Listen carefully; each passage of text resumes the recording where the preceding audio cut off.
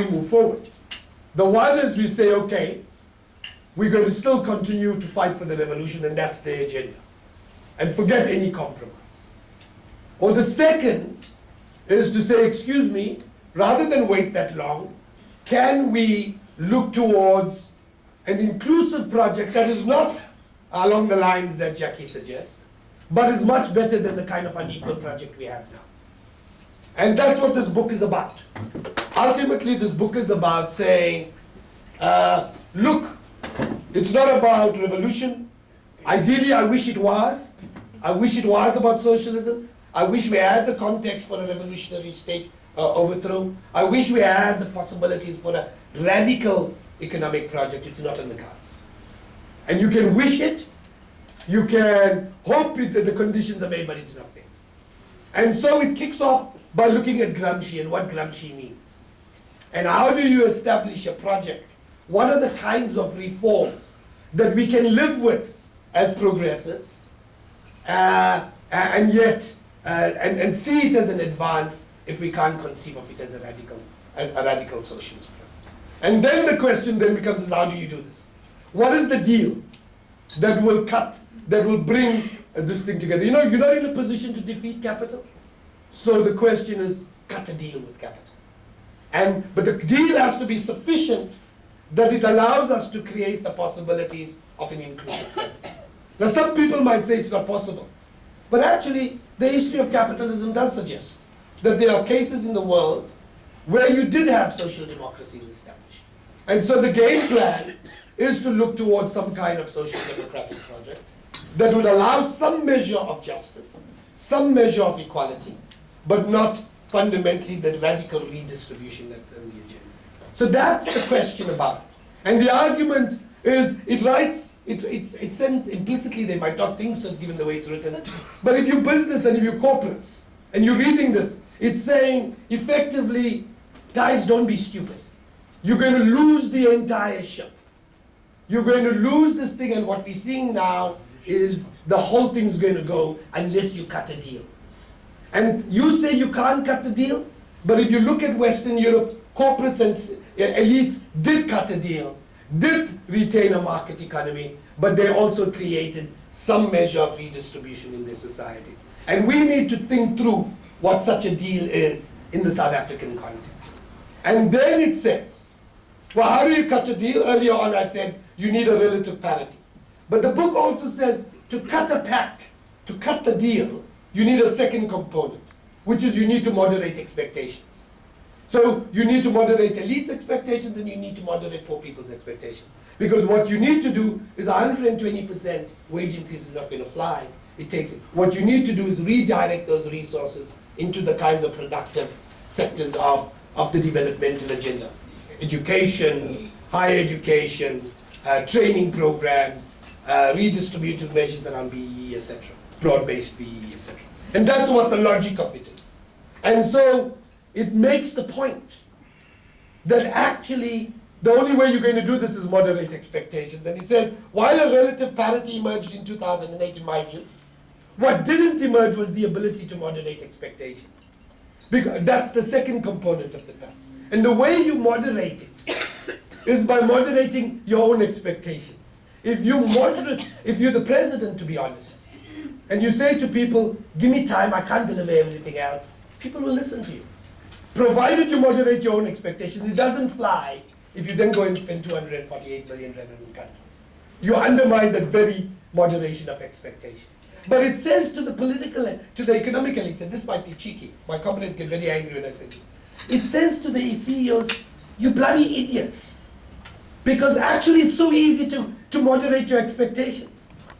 Ironically, if you're earning 30 million rand a year, as not 50 or 52 as this Sasol CEO, but if you're earning 30 million, which is the average salary of a CEO in the bank, if you say, I will not take an inflationary, I will not take above an increase. Inflation is at 5.8%. Effectively, you're going to get something like, either way, 1.6 or 1.7 million per annum increase. So actually, the fact that you're not prepared to moderate your expectations is really outrageous, because it's not such a sacrifice. Anyway, And that's the challenge that you're confronted with. So it's utter greed that you're not prepared to make the kinds of sacrifices and moderate the expectations you want. But I will say this, the salaries and the moderation of salaries is to moderate expectations across the board. That's only to create the pact. It is the deal that gets negotiated in the pact that achieves the redistributive agenda. And partly, I think there are possibilities, and Chapter 7 focuses on that. It looks at broad-based BE. The fact that one of the big drivers of inequality in our society is that a large amount of the BE has gone to a bunch of politically connected entrepreneurs. It hasn't been broad-based. You know, one of the things that I carry on using the example of being at a university is the universities have never been part of accessing the BE component. If about 800-900 billion got spent over the last 10 years on BE, if universities took 10% of that, that's 80 billion. On a 5% return rate, we would have as universities 4 billion for scholarships had we been only taking 10% of BE. And that would have a far more developmental effect than many of the other opportunities. And that's the kind of challenges we confront. What we did is looked at this thing, and I can give you multiple examples in Chapter 7 that says what the elements of the deal are. But the moderation of expectations is absolutely crucial. Every single pact had it. The idea of a pact is the deferring of your immediate end goals in exchange for a long-term investment into a long-term developmental agenda. And that does require moderation of expectations at both popular and the state level. Thank you. Thanks, Adam. You spelled this out. I think this is all wishful thinking, by the way. I think Adam thinks he's living in Western Europe. I don't think he's living here. It's an imposter who's speaking to us. He says on page 202, he says, establishing a social pact depends on, quote, political elites developing the will to challenge elite aspirations. I see absolutely no evidence of this happening. Certainly it's the economic elite, the Nick Hollards with their 45 million, whatever, but the political elites, Baleka accepting the 25 million without anybody in the ANC articulating any protest. In fact, it seems from one newspaper report that Zuma has been particularly affirming of her lately and what that gesture represents. So I do think a lot of this is wishful thinking, but in terms of my question, Adam, you didn't go on to talk about the second part, which was, do you think that the NDP does enough, or proposes to do enough to reduce inequality? And then we'll come on to my last question, which is short, and then we'll open things up. Okay. Let me just say two things. One is elites in different societies have been pressurized to change. By the way, the book doesn't say it will do it. The book does not say that the ANC will do it. It says actually to the ANC, you're not doing it. And if you don't do it, you run the risk of this place exploding. That your only hope at this moment is to cut the deal, which means you have to act against elite expectations. Because if you don't have the courage to do that, you're going to lose the entire thing. And I said at the Mail and Guardian, this moment of reckoning is coming. I don't think we're on the verge of a revolution, by the way. But I think you do run the risk of unraveling the South African project and the South African transition if you do not have the courage to do this. And I'm saying that under the Zuma administration, we haven't seen the courage. That doesn't mean it can't be. It's a subjective failure. It's a subjective failure because of your own greed. But it is possible for you to do, and there are elements within the ANC that do recognize it. That do recognize this project is unraveling right before their eyes, unless they have the courage to make some hard decisions. And that's where so the book doesn't say they will do it. It says do it or you lose the whole thing. And the second thing is, do I think the NDP does it? And I think the NDP says some important things. And I think it's been important in many ways. And as I said earlier, I think it's very different from GEAR. And I think the unions are not entirely honest when they say that it isn't. But I don't think it goes far enough. And this is the problem. The NDP has proposed, particularly in its economic chapter, a series of measures.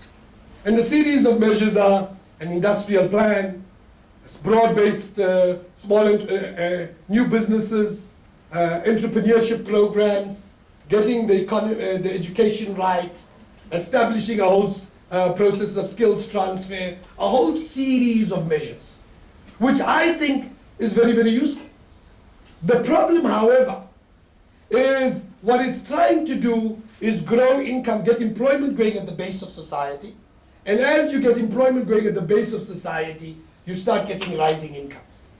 Now that is important for poverty, but it's not necessarily important for inequality. Because one of the big challenges is, as you get assets going here, as you get employment going here, as you get incomes rising here, the guys on the top rise faster.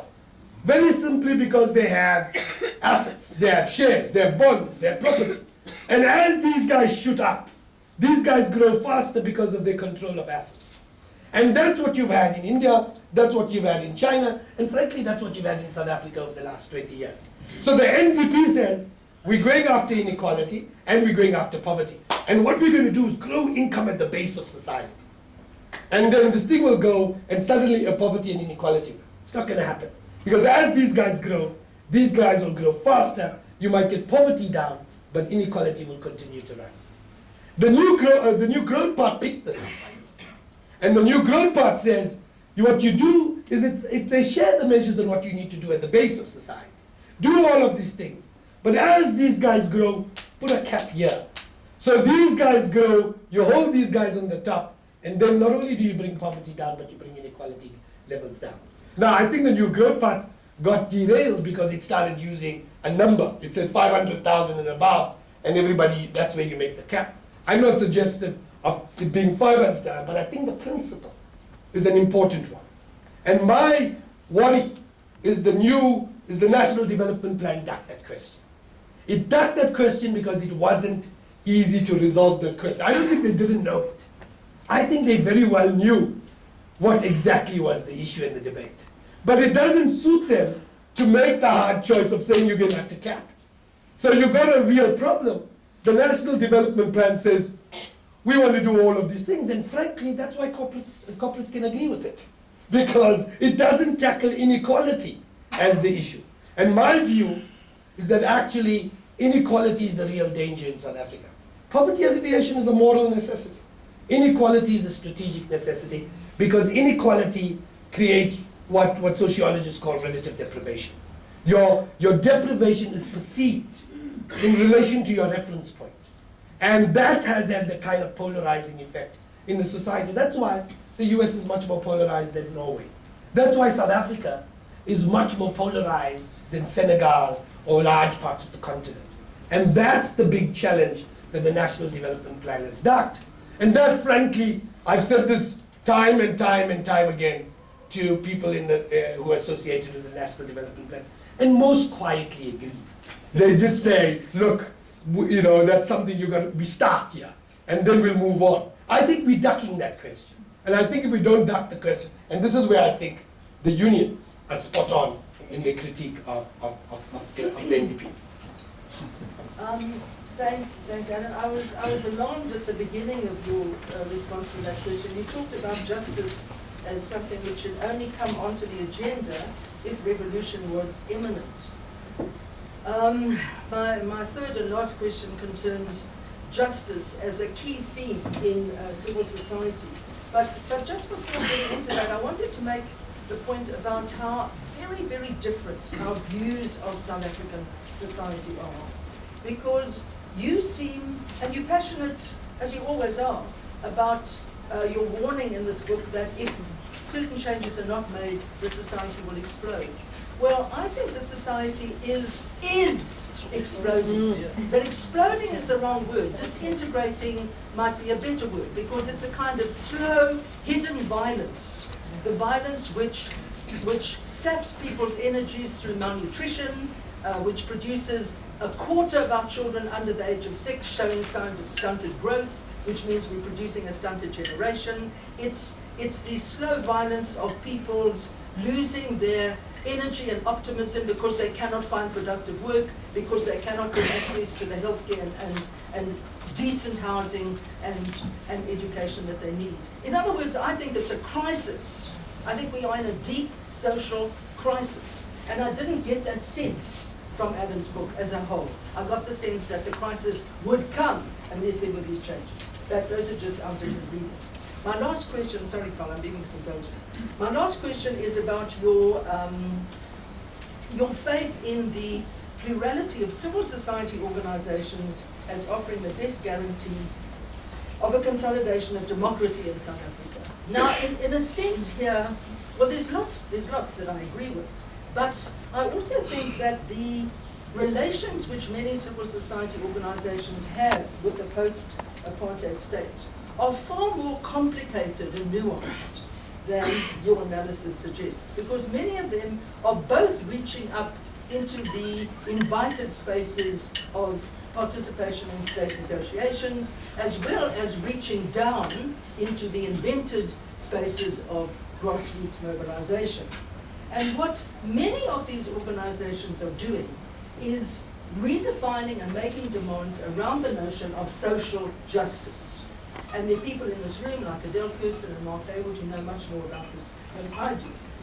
But it seems to me that many people within civil society structures are recognizing that we face particularly an environmental crisis. And your book is ecologically blind in that respect. Because even the National Development Plan is saying that a no-carbon future is the only realistic option for the future. And it is civil society that is organizing around the changes in production and consumption that are necessary if we are to make a just transition to a low-carbon future. And many people within civil society too are talking a completely different language, Adam. Not instantaneous seize the union buildings type revolution, but talking about challenging the individualism which is promoted by neoliberal capital, and instead practicing and theorizing relations of solidarity, relations of collective empowerment rather than individual advancement, and experimenting with different social forms. So I think there's a lot that's very positive in civil society, which you don't talk about and which I think requires scholarly analysis. The book is also, well, while we're talking about Adam's blindness, he's not only ecologically blind, he's also gender blind. Okay. Now that rampaging professor. Finally, you put a lot of weight on the emergence of a viable opposition party to establish a more competitive political system. But you write, for the foreseeable future, it is unlikely that COSATU will seriously contemplate leaving the alliance or charting an independent path. That's page 2010. Do you stand by that claim today? And in answering that question, I think that before opening it up to questions and comments from all of you, I think it would be fair to give Adam a chance to provide a postscript. So if the book, my final question would be, if the book were to be published now, what would you add, what would you change? Well, I think it's a big question again. Look, let me say, firstly, justice. You've got to conceive of justice in a just future as the continuum. And there are more just outcomes, and there are less just outcomes. But there is a distinction. If you simply think of justice as a single coherent end goal, then the only way you can do it was an overthrow of the state and the establishment of the nirvana. The real way to think of it is how do you increase progressively, how do you move down the justice continuum in favor of more progressive justice outcomes. That's the project. That's the Gramscian project. And that's what this book is about. So do I think that the society is disintegrating? Yes. I do speak about social pathologies. And the question that I'm saying, by the way, both to middle class people and to the corporates, actually, not only do we have a problem of a crisis at the social level, as long as this crisis at the social level happens, my argument to the CEOs is, you guys are in trouble. Because while you might not care about the social crisis, you do care about the economic crisis. And the economic crisis is not going to be resolved. Because if you're an investor sitting in London, and you see the kinds of social crises you have, you anticipate a level of instability. You know that something's going to blow. And so you're therefore going to make the kinds of investments. So ironically, it's not about the radical policies that investors really fear. It's about the inherent instability in the social crisis that confronts our society. It doesn't believe that a revolution is on the cards.